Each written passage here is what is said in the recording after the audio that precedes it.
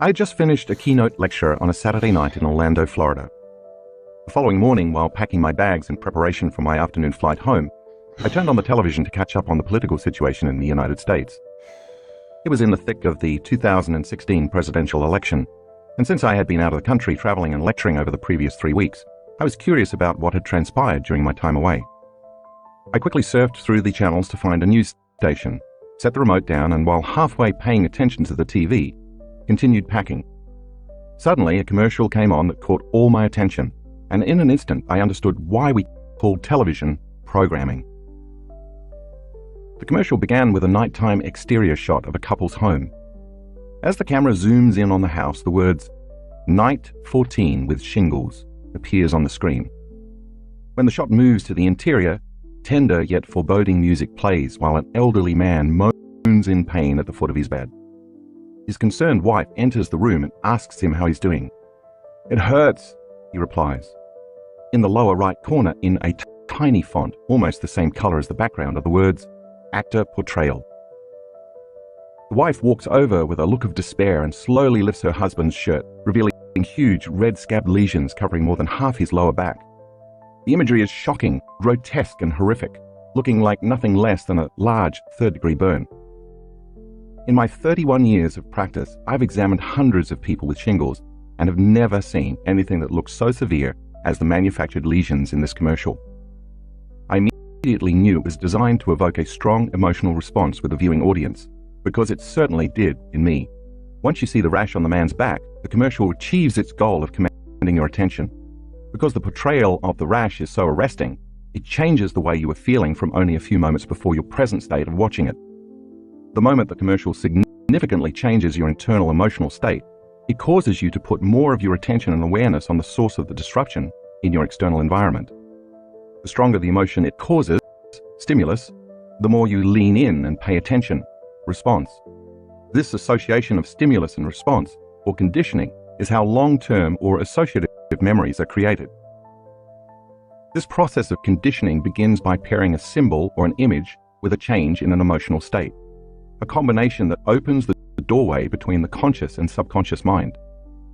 In the case of the shingles commercial, now that they have captured all your attention and begun the programming process, you can't help but naturally wonder what they're about to say next. The commercial continues with a somber male narrator.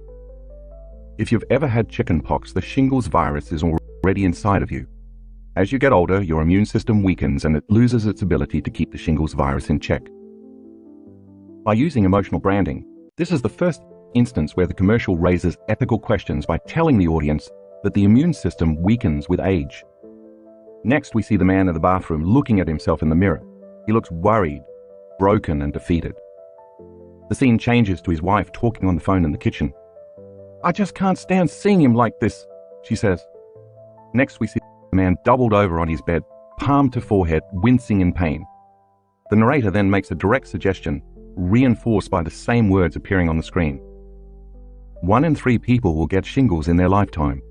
The narrator continues while the same words remain on the screen.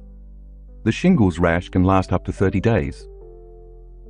The scene cuts to his wife pleading directly into the camera. "I just wish there was something I could do to help." Again, we see the man in pain, and on the screen appear the words, 1 in 5 people with shingles will have long-term nerve pain. These words remain on the screen for the remaining narration, which says, "Some people with shingles will have long-term nerve pain which can last a few months to a few years. Don't wait until someone you love develops shingles. Talk to your doctor or pharmacist about your risk." Let's take a closer look at what this commercial is attempting to do. First, it puts you in an emotional state by changing how you feel. Once it captures your attention, you immediately become more open and suggestible to the information that follows. Now that you're more prone to accept, believe, and surrender to this information without analyzing it, if you're feeling fearful, victimized, vulnerable, worried, shocked, weak, tired, or in pain, you're more susceptible to the information equal to those emotions. You might start wondering if the ailment could happen to you. At various points during the commercial, certain facts appear written on the screen, allowing you to read along.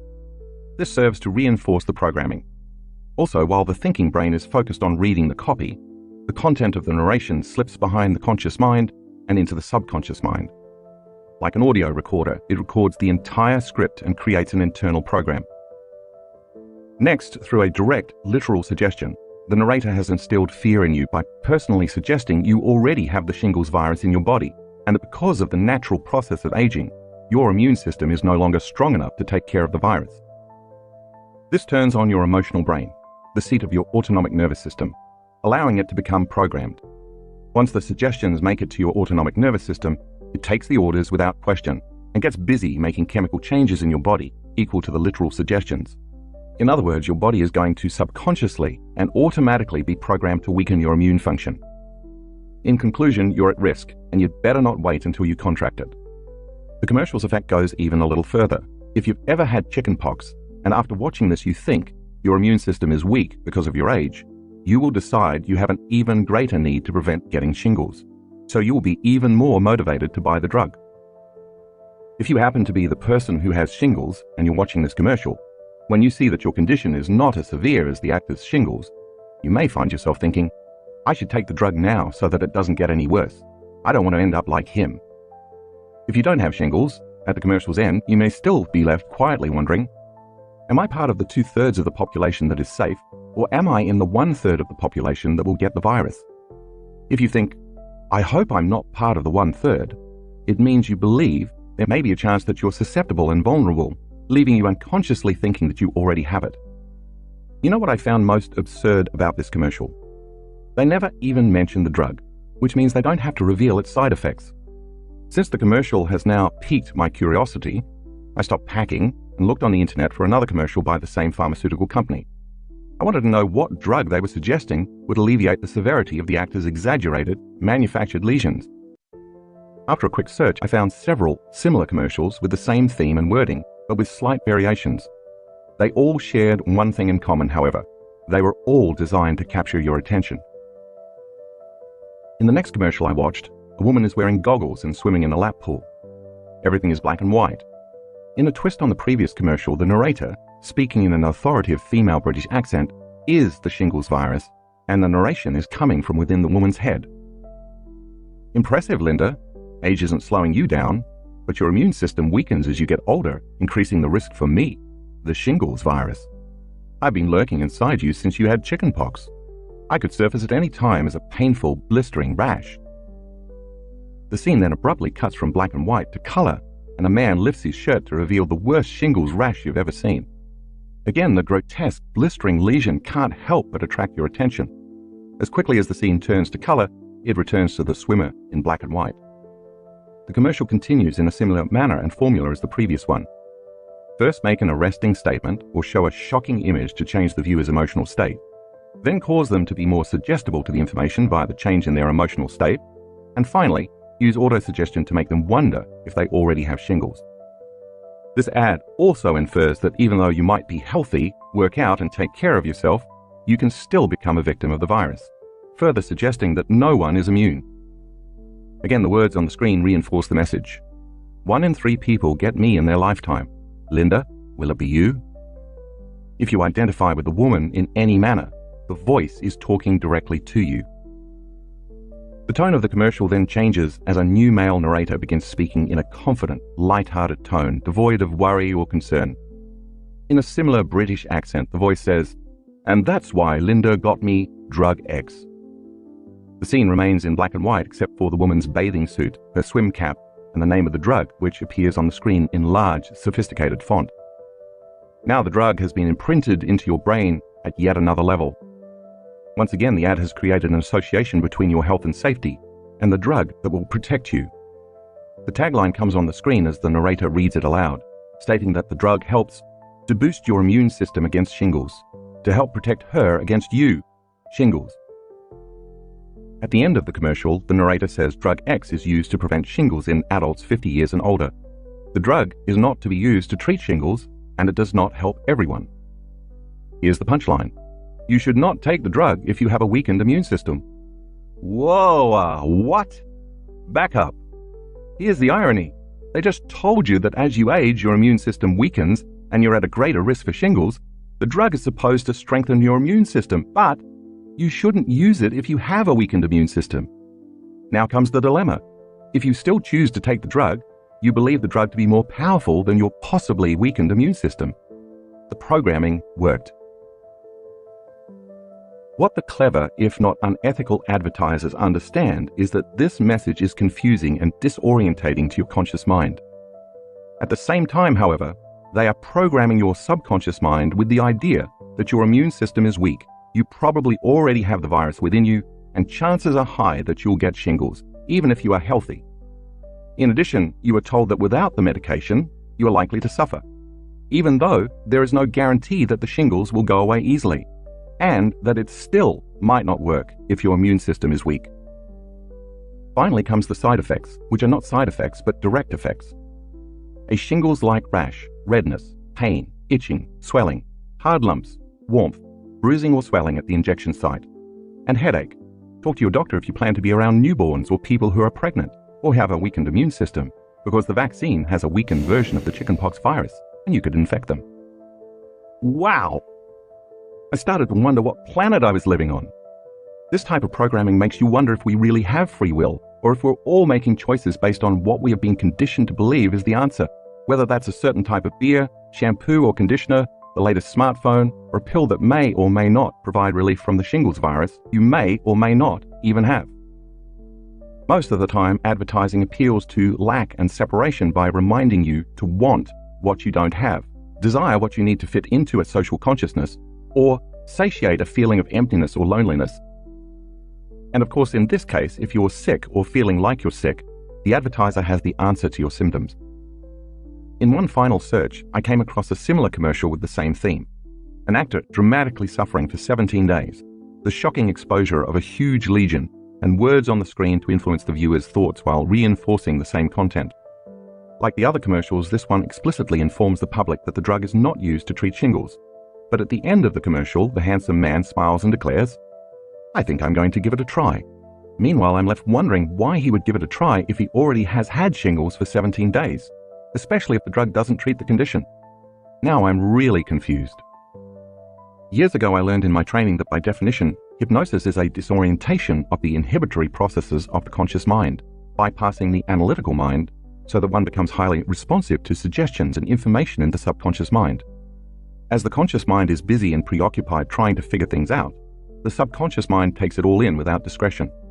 If you can disorient people with information, or in today's world, disinformation, shock, or confusion, you just open the door to programming their subconscious mind. In this chapter, we're going to learn how to do the opposite and positively reprogram the negative programming we've been conditioned to for most of our lives. 3 minds in one brain: the conscious, subconscious, and analytical mind. By now you know that when you change your brainwaves from beta to alpha, you slow down your neocortex, the analytical thinking brain. As your brainwaves slow down, you leave the domain of conscious mind and enter the realm of the subconscious mind. We could say then that if you are somewhat conscious and aware but not actively engaged in thought, your consciousness is moving out of the thinking neocortex and entering the midbrain, otherwise known as the subconscious, the home to the autonomic nervous system and the cerebellum. If you've ever witnessed someone completely captivated by a television show, so much so that when you tried to speak to them that they didn't hear you, it's possible that they were experiencing alpha brainwave states, a state highly suggestible to information. Suggestibility is the ability to accept, believe, and surrender to information without analyzing it. In this state, the viewer is so engrossed, so focused on what they're watching, that they appear entranced and motionless. Nothing else exists to them except the object of their attention. If the person doesn't analyze the information they are being exposed to, they are likely to accept, believe, and/or surrender to it because there is no analytical filter. It makes logical sense then that the more suggestible you are, the less analytical you are. The opposite is also true. The more analytical you are, the less suggestible you are to information. Therefore, it is less likely that your brain will be in an alpha brainwave or trance state. Take a look at figure 8.1 to help you understand the relationship between suggestibility, the analytical mind, trance, and brainwaves. What the creators of the commercials I mentioned earlier fully understand is the best way to program a person to take a desired action is to put them in an alpha brainwave state, so that the information presented is not analyzed. When the commercial is repeated or a similar one with the same message is played over and over, sooner or later that program is going to enter the viewer's subconscious. The more we are exposed to the stimulus, in this case the commercial, the more automatic the programmed response becomes. Eventually, when we've unconsciously memorized the stimulus and the response is automatic, the conscious mind no longer needs to think about or analyze the incoming information. Meanwhile, the subconscious mind maps the information, recording and storing it like a voice or video recording. Once it is mapped in your brain, each time you are exposed to the commercial, it continues to prime the same neural networks, further reinforcing the same program, thought, and belief. Now, not only can information influence your health, but it can also give you the solution to the problem the commercial is actually creating. Other situations that increase suggestibility include shock, trauma, or a strong emotional reaction. For instance, when people are stunned or exposed to emotionally charged situations, it's common that the brain goes into an altered state. As the brain pauses because of a sensory overload, such as a motor vehicle accident, the person enters a suggestible state. In severe cases, the person surrenders to the shock, becomes frozen and numb, and their ability to think becomes impaired. Therefore, when someone is exposed to an aggressive rash and feels sickened by the images, combined with the right music and narration to create an ominous or foreboding mood, the door to the subconscious mind opens, making the person more easily programmable. If you remember, the subconscious mind sits right below the conscious mind. The limbic brain is the home of the subconscious and the autonomic nervous system, which controls all the automatic biological functions that happen on a moment-to-moment basis. Once a thought is programmed, like a servant carrying out their master's orders, the ANS carries out the request of the thought. If you are repeatedly told that your immune system weakens as you age, and that 1 out of 3 people who have had chickenpox in their life will get shingles, the emotionally charged experience allows the message to make it past your thinking, analytical mind.